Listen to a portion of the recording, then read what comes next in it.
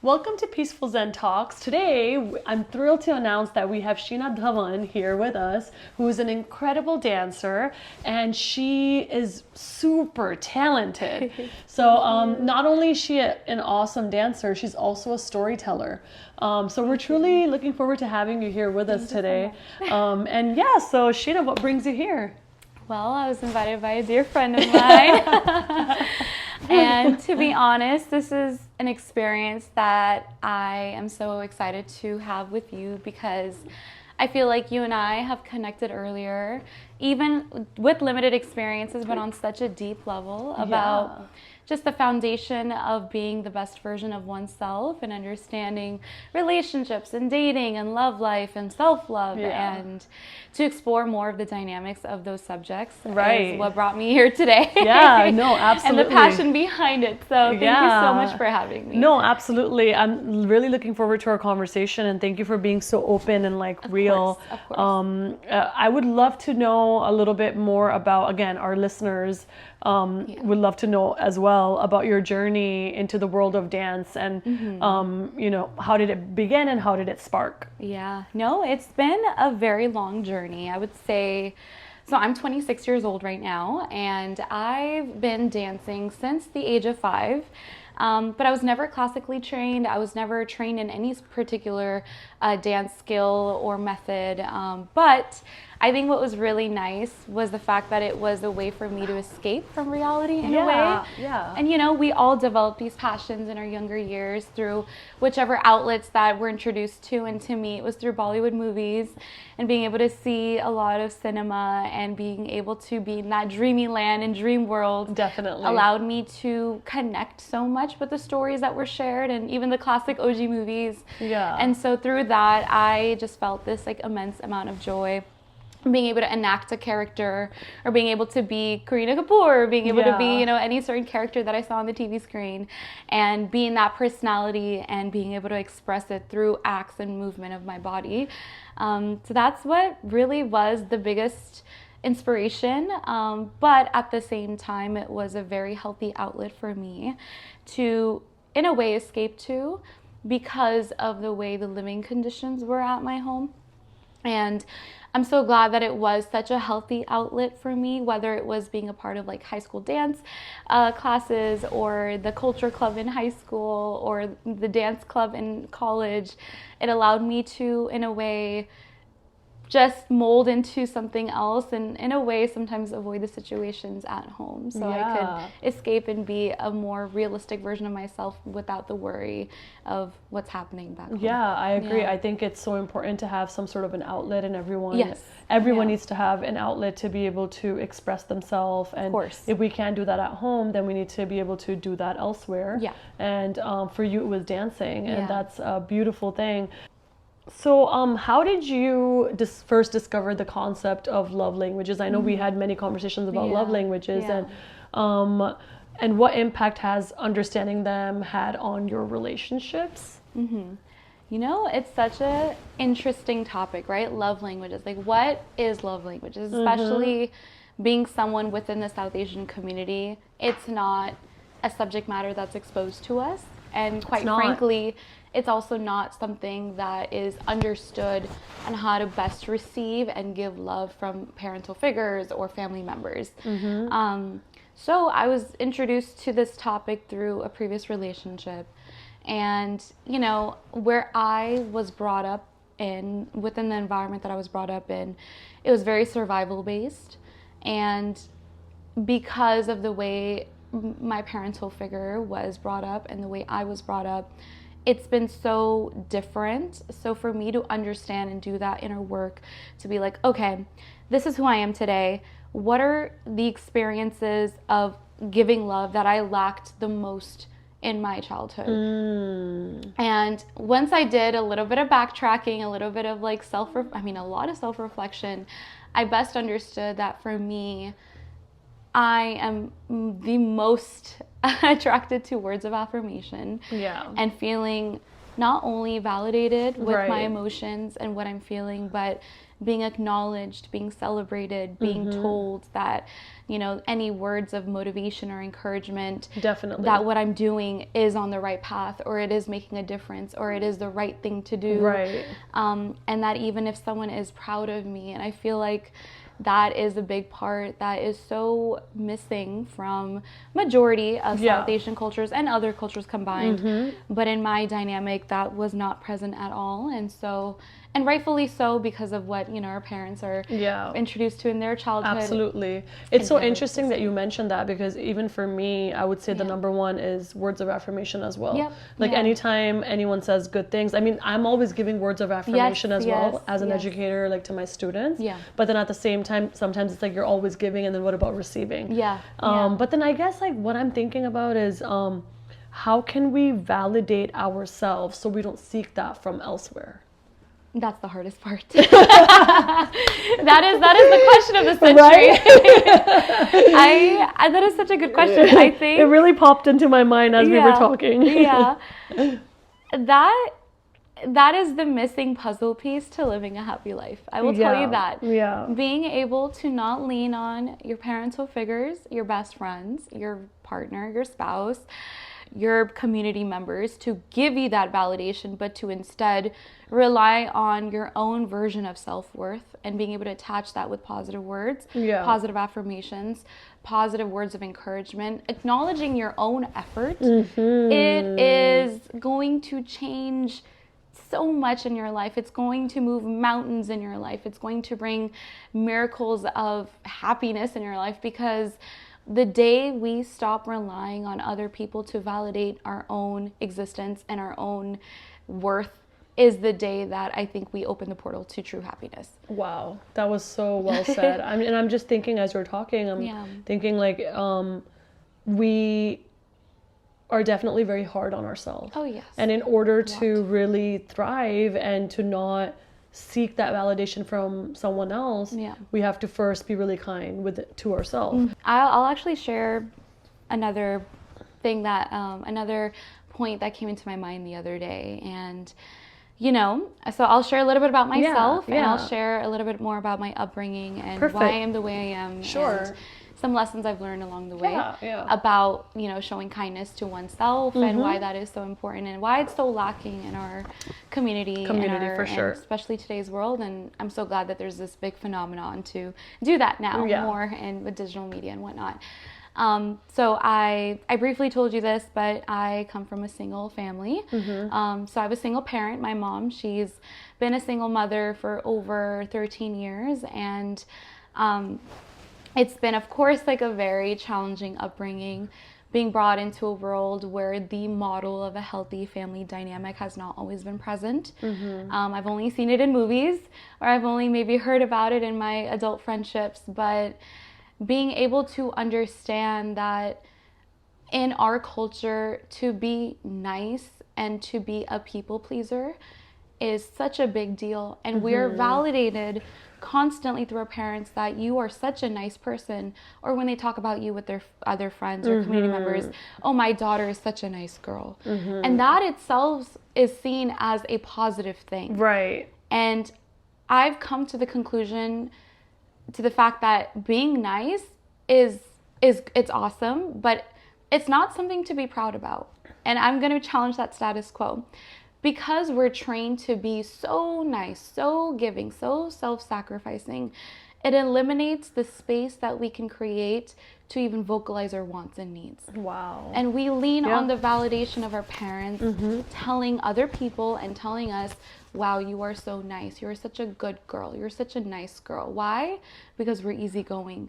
We don't speak up too much. We don't create chaos or challenge the status quo within the home environment. Right. We don't question anything. And all of that is under the umbrella of being nice and respectful and dormant. So basically, if you're submissive, then you're nice. And as soon as you speak up and you're able, like, as soon as you are your true authentic self and you're questioning and you have some sort of an input or an opinion, then you're looked down upon. And then you're not a nice girl anymore. Then you're not. And as children, what do we look for? We look for affirmations from our parents. That's kind of, as humans, we have these basic fundamental needs. needs to be wanted, to be heard, to be seen, to be acknowledged, to be valued. And when all of that is tied together to be like, well, when you're a good girl, it equals being nice. It's not on your character. Right. It's not on the fact that you know how to advocate for yourself or you know how to speak for yourself.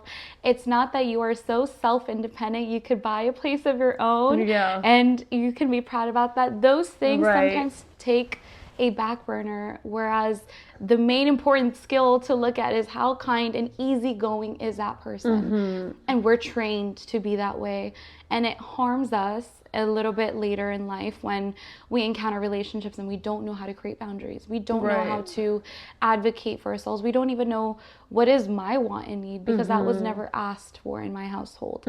So to kind of refer back to your question, so being raised within an environment that was, my dad had left, and, you know, with no real reasoning. It was just, you know, not really being proud about the fact that my family is, I have a sister who's special needs, and she will forever be a 3-year-old with the Cri-du-Chat syndrome that she was born with in a 29-year-old body. And she is a female, and I myself, I'm blessed to be a normal, healthy human, but I'm also a female. You know, that was the biggest thing that was looked down upon in my family. And I've realized that because I never received validation from my parents, from even being proud about the fact that I am a girl, or even being accepted from a parental figure that is my opposite gender of a parental figure, which relationship matters a lot in our development. I was always seeking words of affirmation. And to me, the words of affirmation I always got was, "You're a nice girl." So it encouraged the act of me being like, so what nice. does it even mean to be a nice girl? But that was something to be proud about, right? In our culture especially. So now I've realized that it's not just the validation of being a nice person. There's so much more to that. So much complexity and so much like depth to who I am as an individual that I would eventually want my friendships and my partner and my family members to see that I bring to the table. Absolutely, and encouraging people who uplift you and make you feel good about yourself. Yes, and again, going back to, as I mentioned, words of affirmations for ourselves. Yes, we can do that for ourselves, but I do feel like we do need people in our life to also motivate us, and we need to have that kind of circle, whether it's through family, friendships, or relationships, and that's very important. In order to be your true authentic self, you need to have people around you who also make you feel good and also make you feel like you can be your authentic self, and then that naturally enhances your capabilities and who you are as a person. I agree. So yeah, like, thank you for sharing that. That really was such a beautiful story, and also full of sadness as well, and knowing that, like, the trauma that you've been through. Do you have any advice for people who are in a similar situation, or are, you know, trying to unlearn the trauma? Like, what advice would you have for them? I would say the advice is to start looking within as early as you can.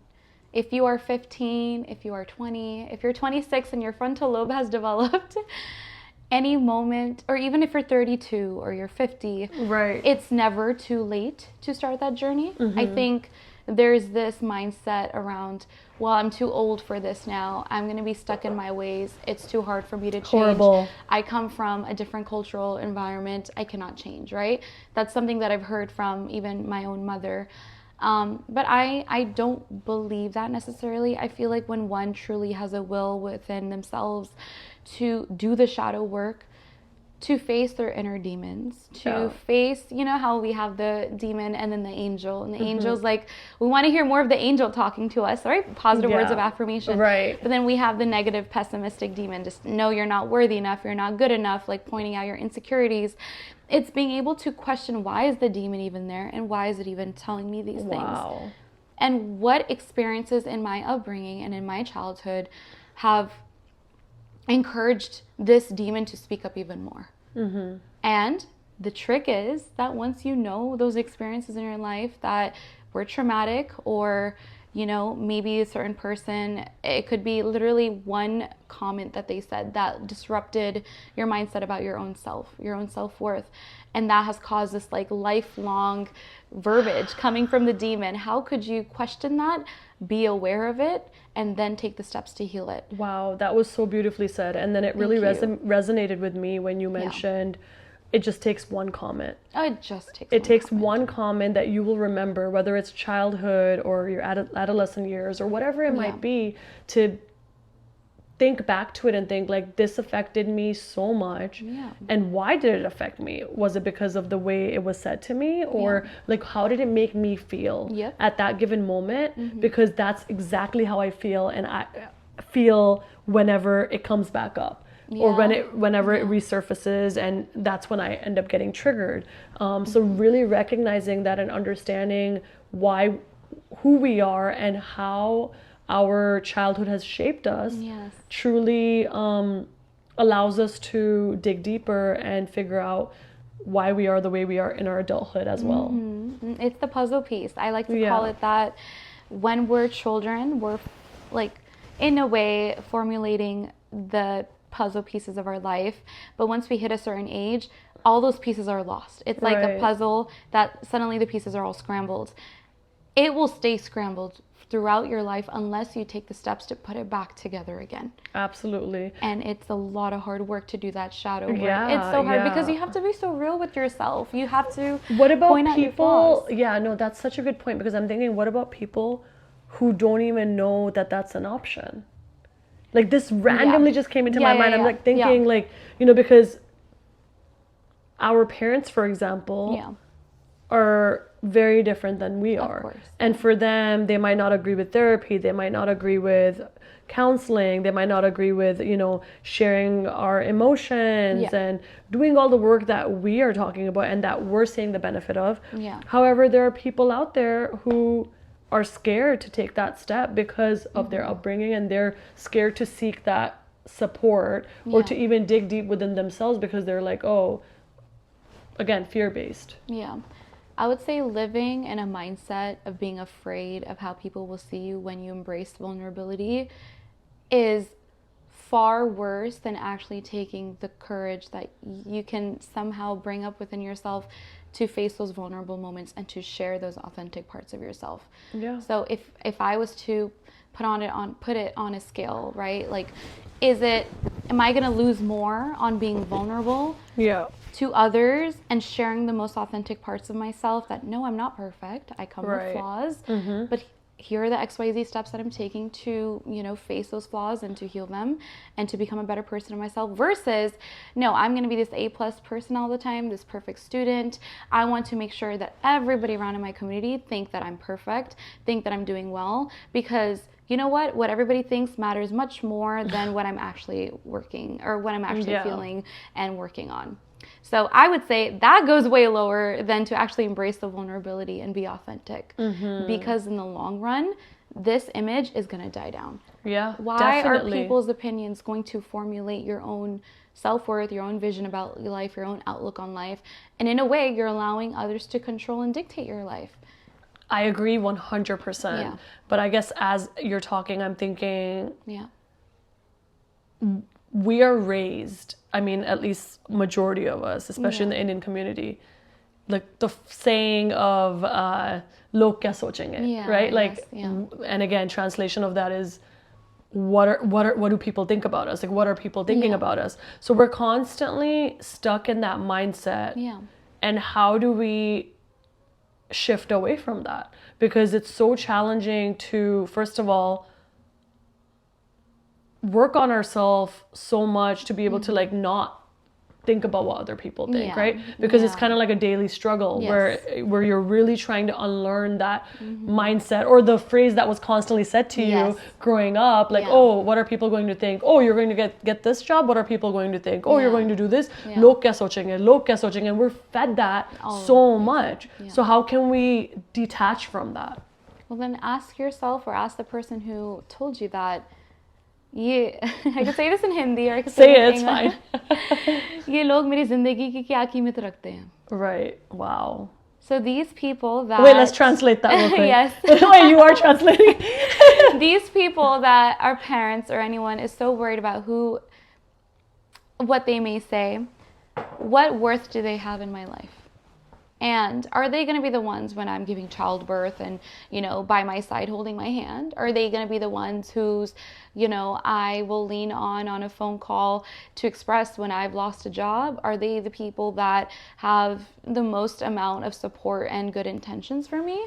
Ask those questions. If they're just your neighbor's cousin's son-in-law's wife that we're so worried about what she thinks, right. I promise you, her life does not surround about yourself, like you as a human being, not all the time. You may be a thought that crosses her mind, right. and maybe another auntie's mind, and maybe another family member's mind. But unless they are obsessed with you in a very toxic way, what they think and what they do is not a matter of concern, because they're not going to be the ones in your hardest, difficult times of life to be holding your hand and to being the person that is on your top 10 phone list. I agree.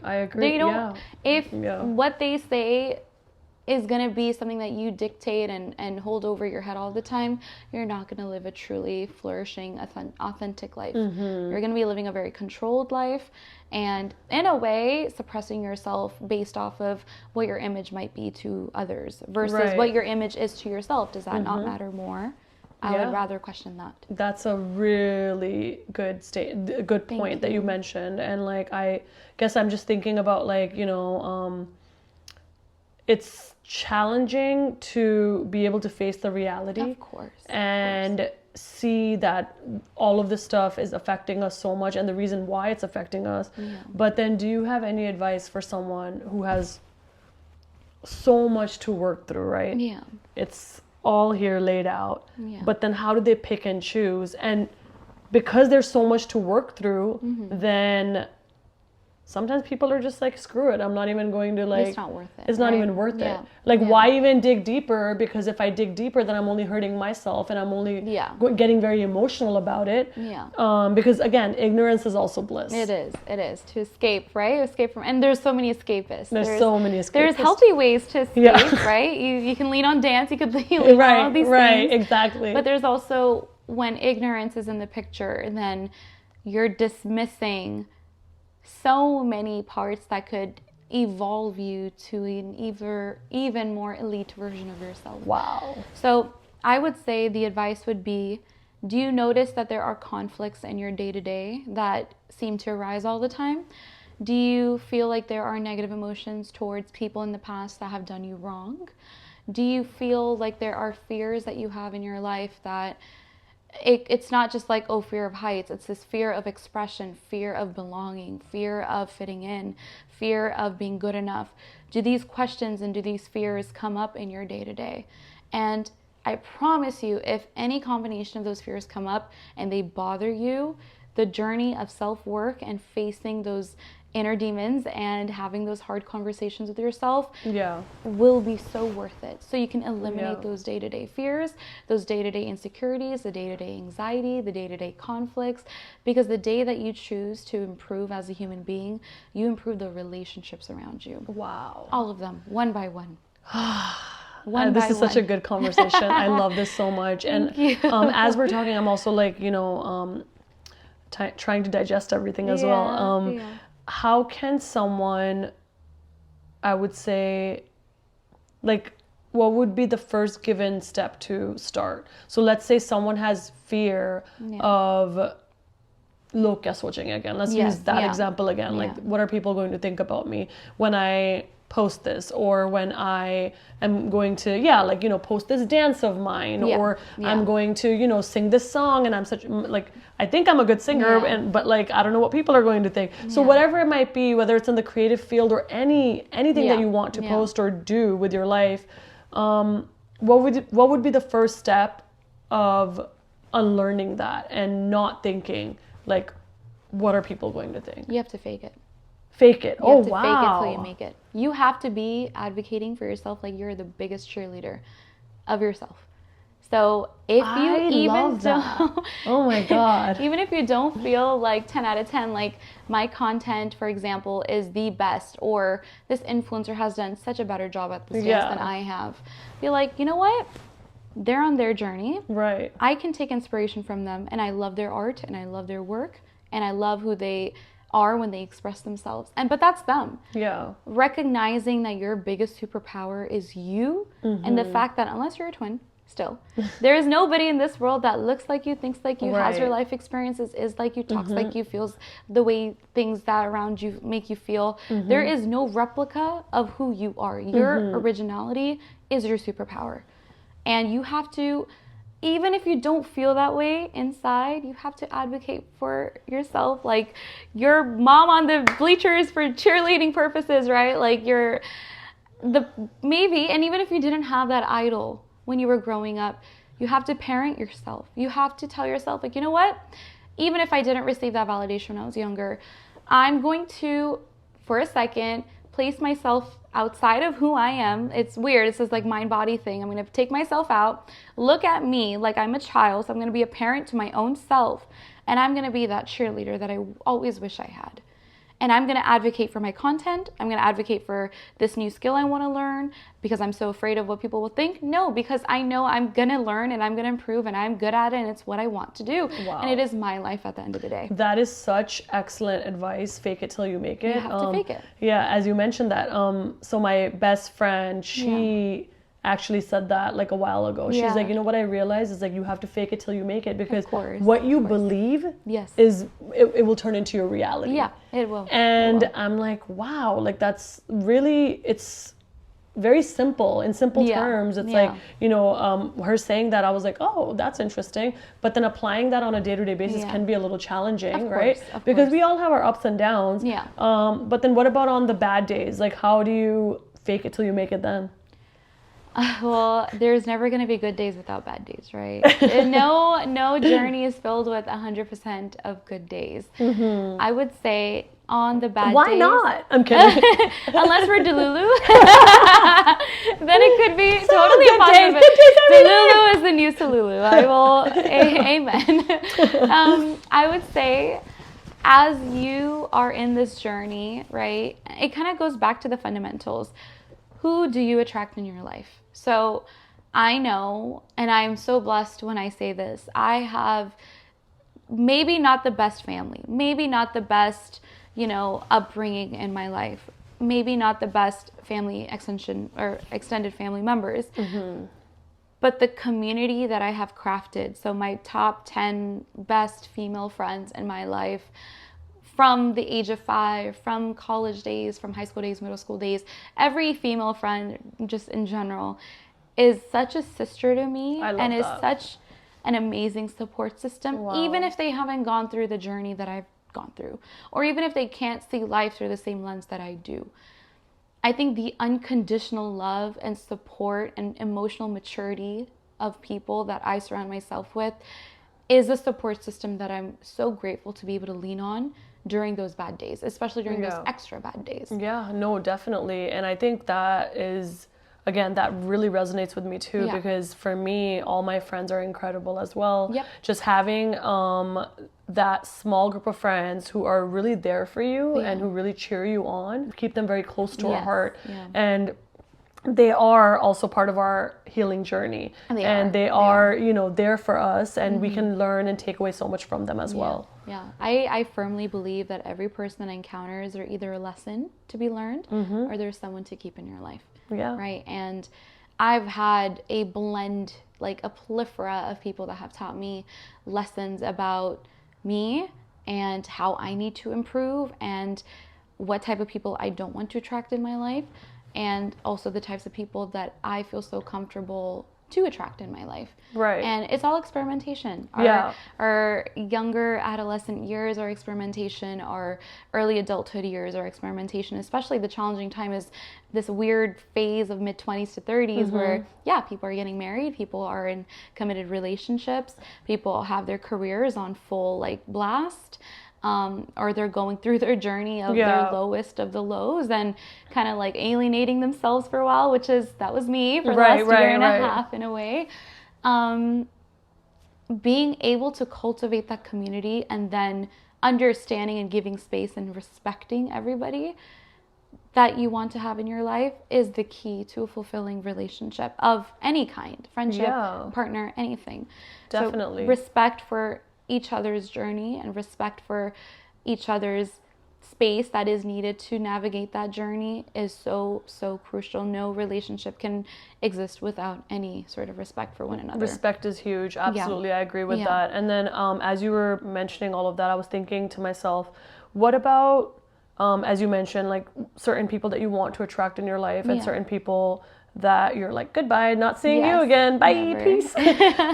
So how do you, like, how throughout your growth, how were you able to differentiate between that, like, you know, whether again, as you mentioned, being a people pleaser, sometimes it's hard to pinpoint whether you want that person in your life or not. So was that a challenging journey for you? And if so, like, how did you decide to get rid of those people? I was a late bloomer when it came to that. Me too. And I know that's different for I'm way older than you. I would say the second, you know, okay, this is one philosophy I have about life is that I do believe in God. I believe in one power. And I believe that our life consists of lessons, all right? Our soul is striving to be the most at peace. And for you to kind of meet your soul, right? Eventually, like your truest, authentic version of yourself, the healthiest, boundary-driven, all of that, right? And sometimes we're going to be getting friendships that might be red flags. But we're too naive and young and maybe see the goodness in everybody to be able to even see that, right? So I think the lessons that we need to learn are going to keep coming through unfortunate experiences through other people until we decide that no is a no. I'm not going to attract that anymore, and therefore I'm going to make this active change. But if you keep suppressing the red flags, or if you keep ignoring the red flags and allow certain people to treat you wrong or to make you feel a certain way because that is what your comfort zone is, that is what you're used to or exposed to in childhood, then you're never going to get out of that. You're going to constantly attract that. So the day that you recognize that there is this pattern, escapism, it's like escapism. It's this unhealthy version of positivity where you're validating a bad experience and still seeking the goodness to validate why it happened to you and that it's still positive at the end of the day. And I think a lot of it has to do with your own self-worth. It does. Because and your own insecurities because it's so low. It's like, oh, you know what? I won't find another good partner. Or she's a good friend and I still should give her the benefit of the doubt. Or, you know, like, it's fine. Like that, like my family speaking to me in this way or that way. And then you need to have boundaries in every way and in every part of your life. Whether it's like, you know, again, family, friendships, relationships, and it's important to communicate that as well at a pretty early stage so people don't walk all over you. Because people are going to walk and manipulate you. People are going to, in a way, manipulation is such a sly thing because you don't realize you are in it when people are doing it and are so smart enough to do it, because what they do is they take your weaknesses, they take your background history of what they know about you, they twist it, and they create an environment that is supposedly safe for you to express, but then use that against you later to make you do things, to make you feel a certain way, to project, to make you feel bad, to make you feel good, to feel pity for them, all those things. And so you have to be aware, like, there's a 1,000,000% chance that, yes, there are good people in this world. Unfortunately, there are also bad people in this world, and that is a reality. And the earlier we adopt that mindset to be cautious and aware of red flags and follow our gut and intuition will help us not encounter those people. And when we do, leave the door. Do you feel like at this point in your life you are very intuitive, where you can get a good judge of character or who the person is? And if so, like, any advice for people who might not really be as intuitive or really don't know what intuition is? Actually, this might be surprising, but I am working on connecting to my intuition because of my lack of intuition is the reason why I fell in these patterns. I didn't lean on it, and I'm learning how can I lean on it? But I think based on logical evidence and logical behaviors that I have witnessed and been in, those are the leading factors to help differentiate between like a good, a green flag person versus a red flag person. So I would say for someone to start that journey, it's important to, in a way, be street smart. We're so much in this like gated community in our South Asian families, especially, that we aren't even exposed to many people. We don't even start dating from a young age. We don't even know. We are also influenced by these not so realistic versions of Bollywood movies that think that love is so la la land. It is so la beautiful. For life. And if it's toxic, it's okay. It's still love. A guy chasing after you and the girl running and hiding. And then we're going to think that like that's how it's supposed to be. That's what we think. Or maybe they, abused a certain way, and that's fine because they love me at the end of the day, right? Oh my God. Or it's a finders keepers. I found this person, no more letting go. That's it, no. So we have to challenge, again, it's all about at least this new era of being in our 20s, 30s, whatnot, but just this new era of self-awareness. It is so important to challenge the status quo, to break those generational patterns that we have observed and idolized and seen, and to craft them on our own. So it's really like you're breaking the foundation of your own base and within your mindset and your body and recrafting it from scratch on your own. That's great. That's great advice. And I'm just thinking, as you're mentioning all of that, what about if someone is, let's say, has been in a relationship for so long, a very long time? Yeah. And like let's say they've been together for, I'm just throwing out this number, like 5 years. Yes. And they love their partner, and they love each other, right? And they've been through a fair share of roller coasters. Yeah. And let's say they are in a toxic relationship, at least from the outsiders, right? Like we look at it and we look into it and we're like, wow, that's toxic. Yeah. And these people have tried making it work for 4 or 5 years and have been like, been through the roller coasters or whatnot. And because, let's say that one person who's going through the toxicity is really weak. Yes. Yeah. How can he or she get out of that situation when they've been, that's all they know. That's all they've ever seen. That's all they've ever seen. And experienced. Experienced. And usually we base our judgment out of our own experiences. So if that's all they've seen and been exposed to, that's all they're going to think is the ultimate happiness that they can acquire, right? Yeah. Therapy is a gem. And it is such a green flag if I'm dating and I see a guy going to therapy. It's like, that's good brownie points on you. Right, yeah. I think therapy is such a taboo conversation topic to bring up in South Asian families, no matter what age, a 6-year-old mom, a 25-year-old female daughter, a 48-year-old husband. But it is going to unravel so many situations in your life and allow the space for you to fully express without judgment. And sometimes when we are in a toxic relationship, we are walking on eggshells. We are suppressed of our fullest version of our communication. But we don't recognize that. We just think like, oh, it might hurt them if we say this. Right. Oh, it might impact them. Or they another might react argument negatively. or another situation. Yeah, it's just another thing. More toxicity. Yeah. Exactly. So you're gonna anyone in that situation would be so fearful to invite that again and again and again, especially if it leads to like the typical average fight again, on XYZ topic. Therapy is the space where you are not going to be questioned on your emotions. All your emotions are valid, as they always should be, right? Your emotions and your experience are valid to you. Therefore, being in a healthy dynamic of a relationship is going to be the space where you should be able to express, where you shouldn't have any hesitation. But therapy is that outlet for you to experience that. And I think when someone is so suppressed and so just felt belittled in their relationship and experienced the very opposite in therapy and recognize what is healthy and what is not healthy from a medical professional. Yeah.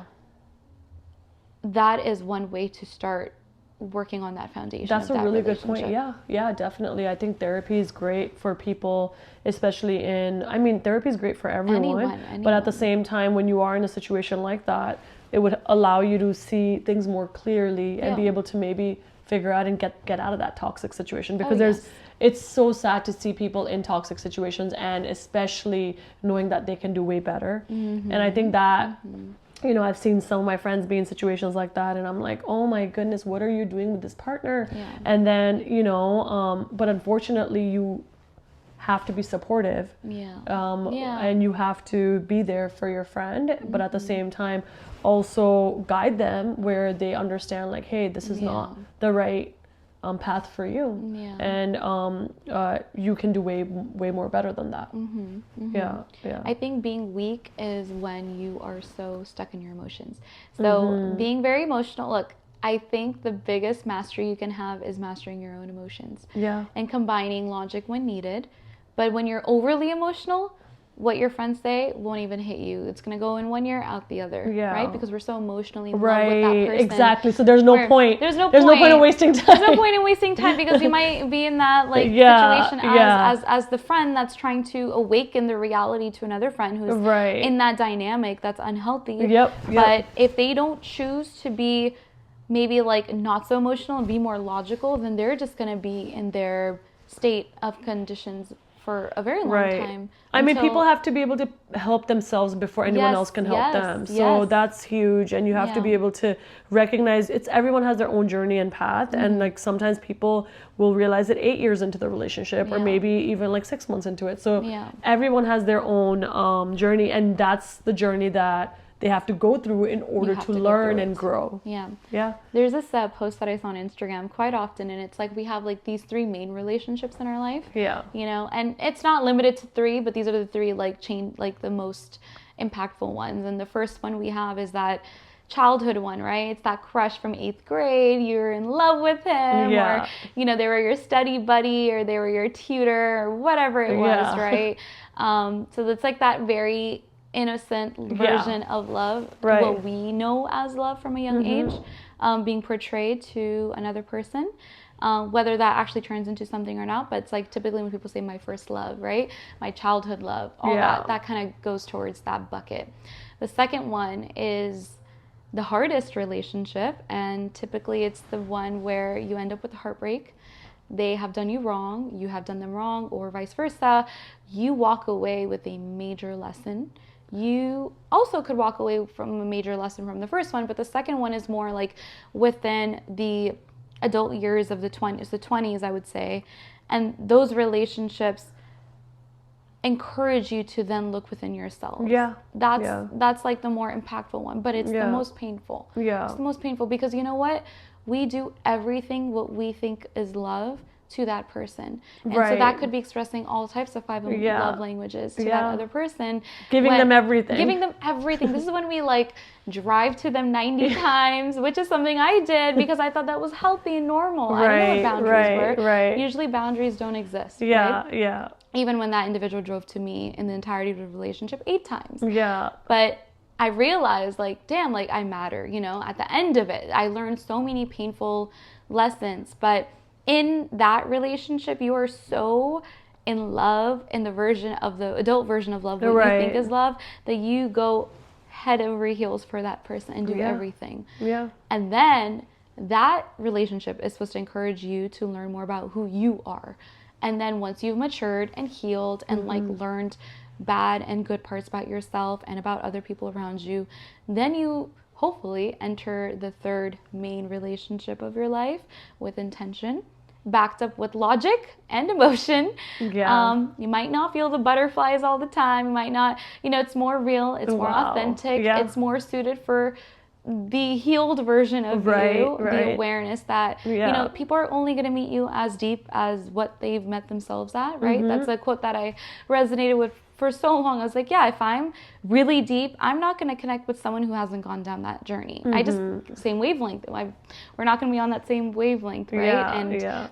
If I like to have these intellectual conversations and I can't have it with them, I'm sorry, that's just not the person for me. So I think we then know in our list of characteristics and traits and, you know, characteristics, traits, personality traits, what are the main ones that I'm looking for? What are the deal breakers? What are this and that? And hopefully by your third, you figure that out as well. By your third, you figure that out. Those are the three, like, you know, highlight relationships. Of course, people could have less or more. Right. But that was something I saw, and I was like, that makes so much sense. No, it definitely does. And I think a lot of people would resonate with that.